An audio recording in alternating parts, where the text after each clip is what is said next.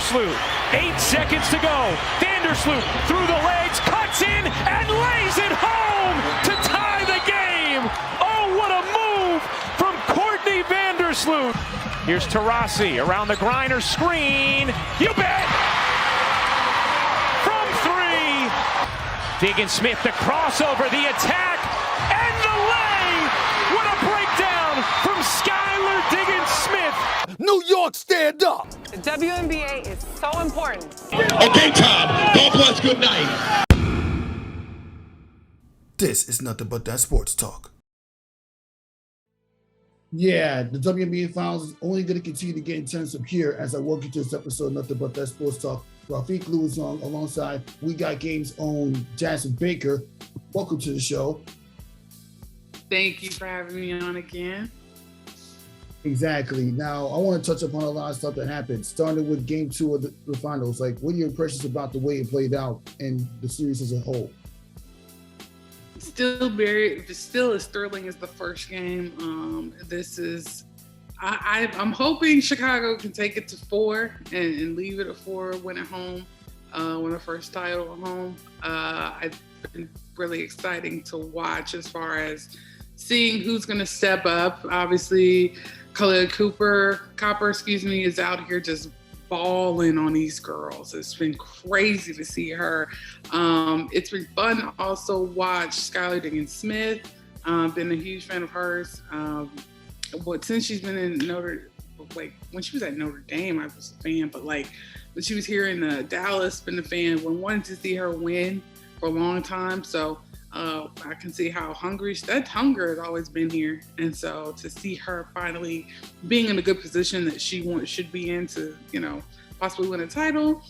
But it's gonna come down to the battle of the GOATs. To me, I think Chicago has, even though Candace Parker is not peak, Candace Parker, it's still fun to watch. You just cannot get enough of that woman when she is in her zone. And Diana Taurasi doesn't necessarily need to get in the zone. She just needs to just go off in terms of being clutch, as they say. So that's always fun to watch. Now, with these gonna come pull up, fourth quarter, she's gonna pull up, give us some. She's not favored to set shots, so it's just very interesting to watch. But overall, it's been so amazing to see the marketing and everything like that. Obviously, I'm a little biased when it comes to Twitter sports, but to see the community grow, and it feels like it's at a fever pitch right now when it comes to the WNBA. So it's really cool, whether NBA players are at the game or not.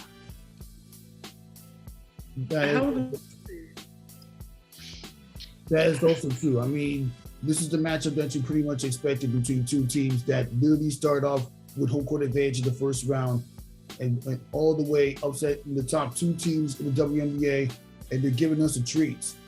You're not just getting the Chicago Sky to face Mercury for the 2014 version. This is definitely not that matchup that we saw for sure. You see the Courtney Vandersloot that's really grown up a lot since that first finals appearance in 2014, where even though you did have Elia Della Don and Sylvia Fowles, they weren't the players that eventually won the championships 7 years later in their own teams. Courtney Vandersloot is a proven leader, not just in school. She doesn't really have to score much, even though she did in that possession that forced overtime. But she has to do a lot of passes as well, which is why she's in the top 5 all-time in assists in WNBA playoffs history. This girl is really carrying the Chicago Sky franchise. And then you added Candace Parker, who brings a veteran leadership from her days with the Los Angeles Sparks. She knows what it's like to win a championship, and she knows what it's like to be in the finals with Spice as well. So when you put that together, you're getting a combination that nobody really expected. Oh, yeah. Well, no, I think a lot of us did expect it, because I think a lot of us understood that Chicago understands how to put the pieces, has always understood how to put the pieces together, but they were just missing that one piece. When they got CP3, I think everyone realized, okay, now they just have to, tweak a few things. And, I think a lot of people predicted that they would be in this position that they're in right now. So I think more people were concerned about chemistry-wise how it was all going to fit. You know, I think it's kind of reminds you like when LA had Kobe and Shaq and Robert Horry, you know, Derek Fisher, everybody knew their role. They knew in order to win this title, had to go through these two. First and foremost, had to go through these two, and everybody else had to just know their role. And I think that's what Chicago does so well.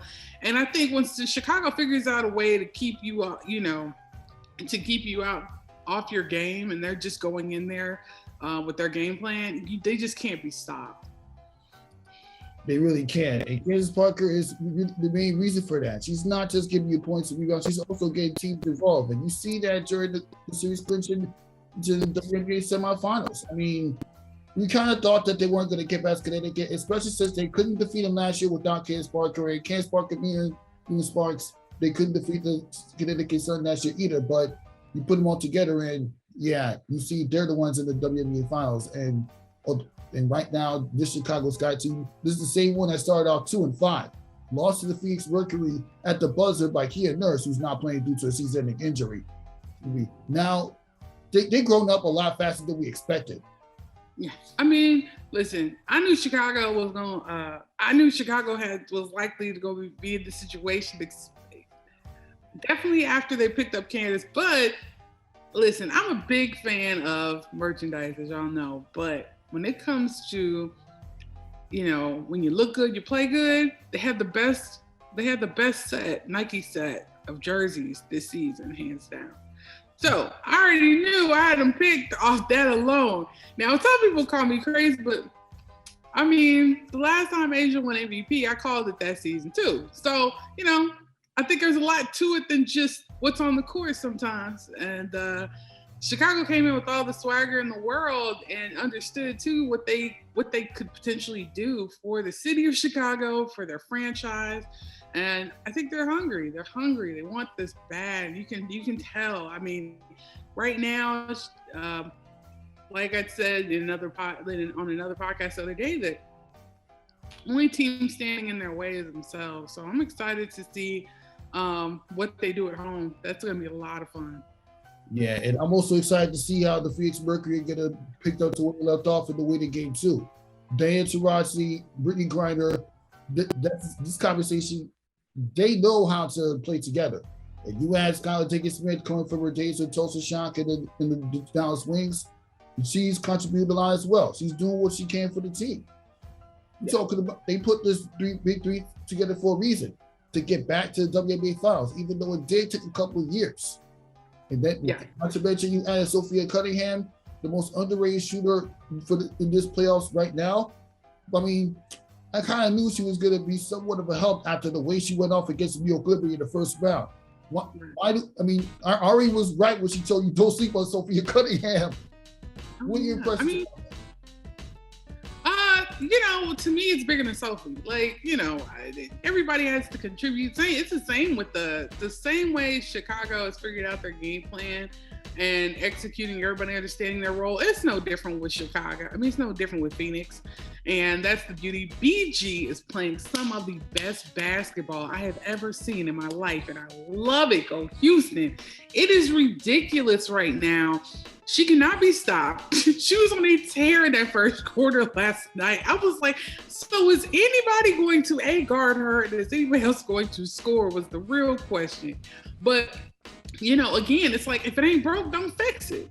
So, you know, I love how Phoenix, you know, although they couldn't finish strong, man, listen, people were talking about how, when I made a comment yesterday about like, just the fact that Skylar, I was kind of talking about how well Skylar is, how well she's been doing and how hungry she is for this. And you can see it. She plays like a bat out of hell. And I love it for her because she's hungry for this. And that's why I'm wishing more young people, I don't care what their gender is, are actually watching the WNBA because this is the best basketball on the planet. I'm not arguing with anybody about that.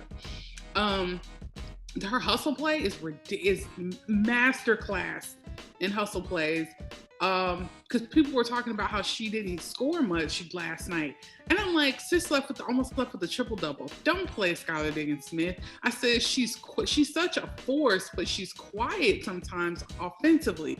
But defensively, the hustle, man, like sis had 12 assists and people were getting on to me talking about she's 3 for 15. I'm like, and she had 12 assists. And it's bigger than the score. It's bigger than box scores, but this is where we're at. And that's the beauty of what she understands when it comes to Phoenix's system. She understands what her role is in that. Especially when DT is on the floor, sometimes DT gonna be a little slower than everybody else. And that's the reality of where they're at. But, it's still DT, still DT. I mean, it's just been fun to watch them play as well. And to see Sophie back definitely helps them spread the floor a lot better. So again, I mean, they're going to Chicago. That crowd is wild. It's going to be really interesting to see. Both have really good fan bases, so I'm excited to see game 3-4 at sold out. I was trying to get tickets last night for game 4. I mean, here's the beauty of it. And I'm not sure what prices have looked like in the past.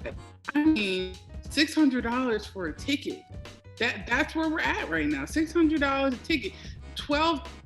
I saw one that was $1,200 closer. I didn't even see any floor seats. So this is where the W is moving in a great direction financially in regards to that, because I'm guaranteed the price is going to go up every season. When you have competition like this, it only helps the game, man. It's just been so amazing to see the growth of the league over the past couple of years. This is another example why a certain Bleacher Report talent always says the WNBA is so important. And we're going to have to transition into that commercial that you and her were involved in. I want to get a backstory of yourself as far as getting involved with that Twitter commercial showcasing WNBA Twitter and the infamous WNBA is so important quotes. Yeah, so thank you for asking about that. Twitter reached out and was like, hey, we're shooting a commercial in Harlem. We'd love to have you be a part of it. I said, sure. I've never been to New York City before, so it's my first time there. I had an amazing time. Everybody that was on the set was so dope. It was so amazing to meet people I never met before. Like a lot of these people, we talk a lot online, but I think I'd only met, 4 people who were there that day. I'd only met 4 of those individuals in person before. And so to meet people like Pepper, Matt, the crew with Hoop York City, shout out to Alex Taylor, to meet these inspiring individuals, it was just, I mean, I look back at that time and I just thought to myself, like, it's such a unique experience that I definitely didn't take it for granted. I did get called out by the director for smiling too much, so that was a unique thing. I never thought I saw the day that would happen, but I also never thought I'd ever see my passion turn into a commercial. So, and Twitter recently started sending out, the same day that actually as part of the campaign they did, they worked with 3 Black-owned companies, I wouldn't consider myself a company, but they worked with 3 Black women, Asia Wilson, myself, and Esther Wallace, to release the Twitter store. So shout out, thank you to everybody who purchased or was able to grab some free gear. I know that a lot of that stuff was mailed out and is finally hitting residences across the country today. So I'm really excited. I got my Asia Wilson candle over there burning. It smells absolutely amazing. So to see that type of investment, not just, in the athletes, but in the content creators and those of us who really go all out for this, and it's bigger than fandom. We're creating this e-commerce, around women's sports. It's great to see companies like Twitter investing in us as we go along and do that. Exactly, especially since the whole WNBA Twitter hashtag started way back in 2020 during the bubble season, where you got people like Ari, and you got people like Monica Nuts doing all these Twitter live streams for WNBA games. They really trying to fight for the attention that they haven't gotten in over 20 years, ever since WNBA started. And now zooms me around. You're getting more journalists like me involved, because I've been covering I'm in the middle of finishing my second year covering the WNBA, virtually through the Zoom calls. And the only time I ever got to do it in person was, well, one game this season. But you know what? It's a start. I got to start somewhere. It's people like Ari and people like you that got me to covering basketball, women's basketball, a lot more than I realized when I was going through school. That's awesome. That's awesome to hear. I've been saying we need to get a lot more brothers covering the WNBA. I think that'll bring such a unique perspective to what it is that we're doing, whether it's, talking about the game on the court, game off the court, as far as fashion, sneakers. I'm loving seeing the involvement with that. I'm loving seeing it evolve as well. So plus, like a lot of journalists like yourself, I'm here in Dallas. When I was doing the beat writing, covering the Dallas Wings, I was constantly encouraging, young people to, come into the league and cover it, whether they're writing about it or being photographers and videographers. And now you see a lot of these individuals now, not only are covering the WNBA, but they are also covering, their work is being seen all over the place now in other basketball outlets. So it's really cool to see people get their start with the league still. I mean, I know a lot of people start off in the league and then they eventually want to, get onto the men's side. Get that, but now it's the tides turn. You see more guys are like, I just want to cover just the W. This is dope, and it is. It's a very unique league, and whether it's accessibility, performance, it's extremely unique, regardless of what other people who might knock it say. We don't harp on that. So, yeah, it's been really fun to kind of see everybody. Especially a lot of my colleagues, to see them grow in this space and just us collaborating and working together. I think you're going to see that a lot more often. So, you're never kind of wondering, oh, what is Jasmine up to next? Or what's so-and-so up to next? It's definitely, we're going to be working more closely to, whether it's getting product out or doing events. Exactly. Speaking of getting new product out, we talked about Chicago's got to be in the finals. Even if they don't end up winning the title, they still have the best year off the court, because look, you got Candace Parker gracing the cover of the Slam magazine and 2K. You got Damian DeShields being one of three players, along with Benai Jelani, and Satu Sabali, I believe, on the first ever W Slam magazine. And then also, and we already talked about the Twitter commercial, is branching out like crazy. I want to get your thoughts on the way that W Slam magazine was put together, with Damian DeShields contributing to it by being on the cover.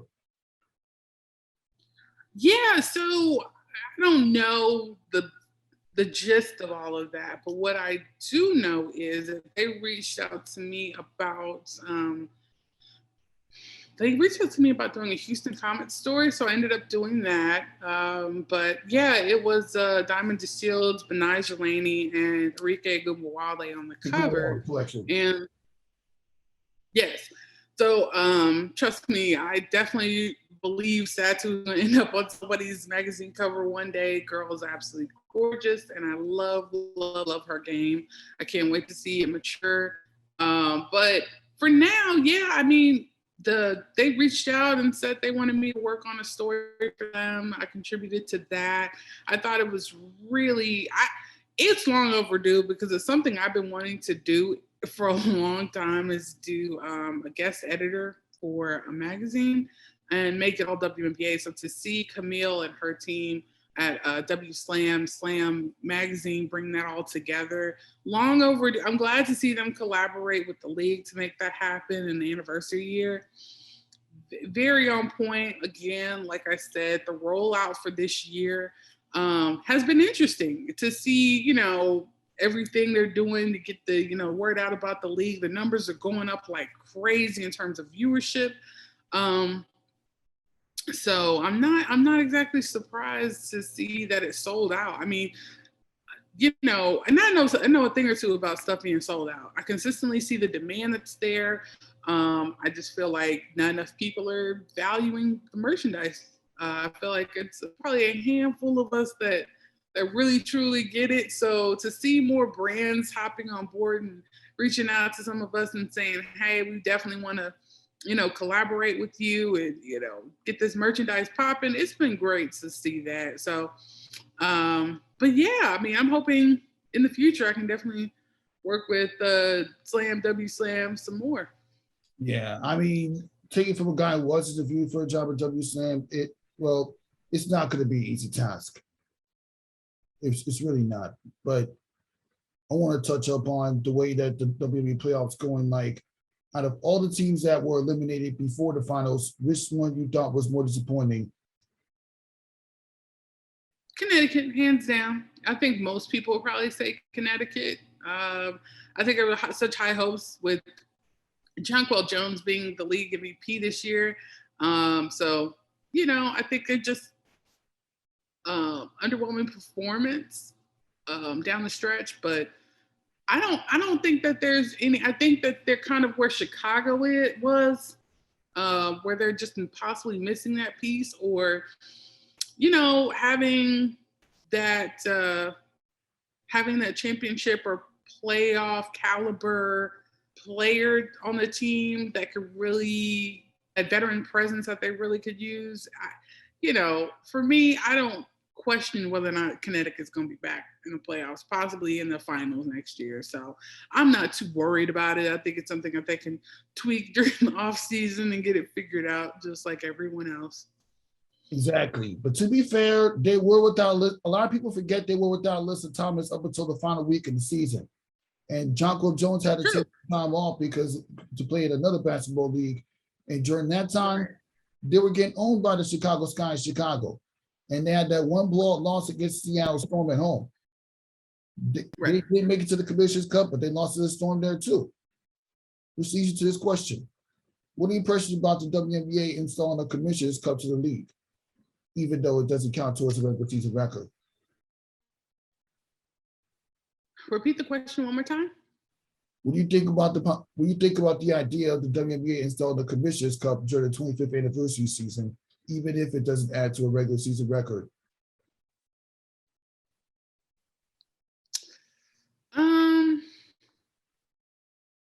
I guess my whole thing is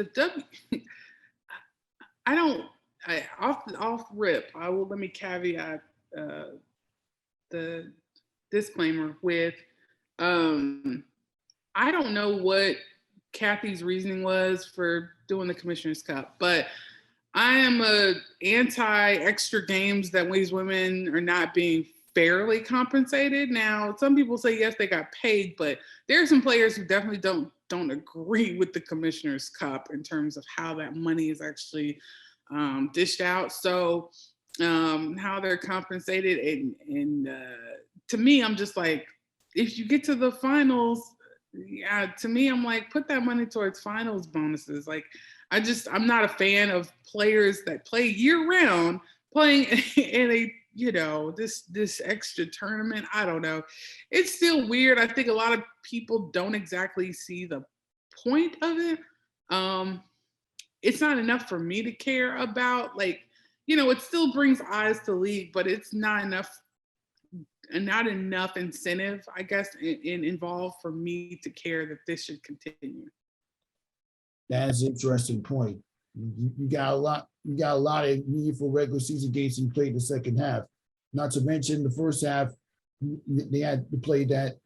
You had the Tokyo Olympics coming up, so there was a lot of basketball games that these women had to sweat their way through.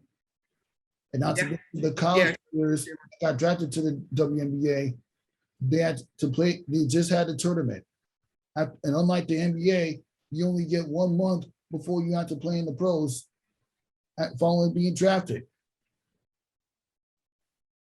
So, and then after the season's over, you have most of the Connecticut Sun players playing overseas to work on their game for the next year because their off season is extremely longer than the rest of the sports leagues that we have right now.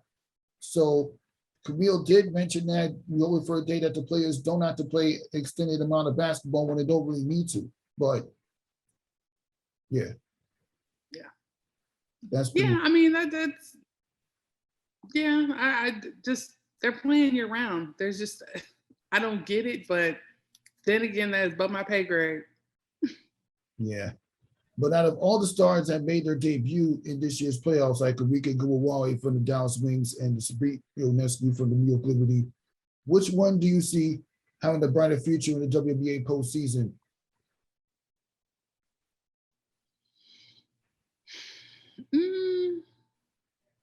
My money is still on Carrington, Dejanay Carrington. Like I love her game. You know, because she's on such a stacked team, obviously she didn't get as many minutes as Arike, but there's no doubt in my mind that Arike is going to leave Dallas, you know, and end up in a place where I'd like to see her under a coach who can really bring some of that, you know, she can be an outstanding. I think she really has the potential to be an outstanding player. I think it's more of a mental game with her in terms of figuring out their efficiency, continue to work on her passing game. I think she could really go down as one of the GOATs in this league, but I think she's going to have to be under the right type of coach. Who knows where that will be, but I can definitely see her doing well. I think her game kind of even reminds me of, she's like a wild Jewel Lloyd. Like she really has athleticism. Jewel, I feel like has a higher IQ, and obviously she's a vet versus, you know, Arike, but I could really see Arike figuring it out. But Dejanay Carrington is one of my favorites because of just her size and athleticism. She's just, to me, pure game, but the athleticism is there. And not only that, I think she's going to be a great ambassador for the league. Honestly, I think, you know, sky's the limit with her. If she ends up, again, right team, right results. That is also true. I mean, Dejanay Carrington is very talented with what Kurt Miller gives her credit for, but she's not being used enough when it comes to the minutes. I feel like if you were to let her go and put her on a rebuilding team, like let's say the Indiana Fever or even an upstart playoff team that just barely make it with two teams losing in the final day of the season, like a New York Liberty, putting her together with D.D. Richards coming off the bench, they would flourish together like they did when they played together in college. Yeah, that would definitely be fun to watch. It would definitely be fun to watch them playing again. I mean, the sky's the limit with her. I'm so excited to see her in the league, given how her, you know, everything ended with her in the Final Four. But man, she's primed and ready. So I'm excited. Plus, I would love to see her on a team, even though, like, part of the problem with the team she's on now, like you said, she's not being utilized as much, but she has a lot of great talent on that team that can really, veteran talent on that team that can teach her a thing or two. And so I hope she's able to stay on a team where she can learn from a big or learn from somebody in her position and, you know, thrive under them. I really could see it, but I'll be excited. I'm excited to see where she ends up landing next. That's true. But yeah, what are your predictions for Game 3? Do you see Chicago coming out on top, or will the Phoenix Mercury take the 2-1 edge? I see Chicago taking both. I mean, I really do. If everybody can stay healthy, I see Chicago taking both and just winning out. Because I know they do not want to take the Game 5 on the road. They don't want to do it. That is also true. Especially since earlier in the week, Diana Taurasi was literally named the GOAT for the WNBA. Do you think that Diana Taurasi deserved it, or it should have been another WNBA player getting the GOAT for the 25 years in the WNBA? I think Diana said it best. There are just so many goats. I think it's absurd to name one. I think everybody has their own pick in terms of and everybody has a valid, like, everybody has a valid reason for why they are picking their particular goat. So, I mean, I just don't, I get the marketing behind it, but I don't think that the GOAT should have been named for the WNBA. I think there should have been a fan results, but I think picking the top 25 in general should have been enough. But picking number one, like, I'm sorry, Diana Taurasi did not come into the league and win 4 straight in a row. So until she does that, I do not see her name being number one in my book anytime soon. That's not to say she does not deserve to be called a GOAT. Exactly. You do make a good point. I mean, the NBA is about to reach 75 years, and you don't see them naming the GOAT for the first 75 because you got a lot of talented players in the first 75 years of the NBA. It's like a lot more than what you see in the WNBA's first 25. And that GOAT conversation could change at least somewhat when you get to W30. But then again, you got to worry about 26, 78, and 28 and 29. But yeah. Yeah.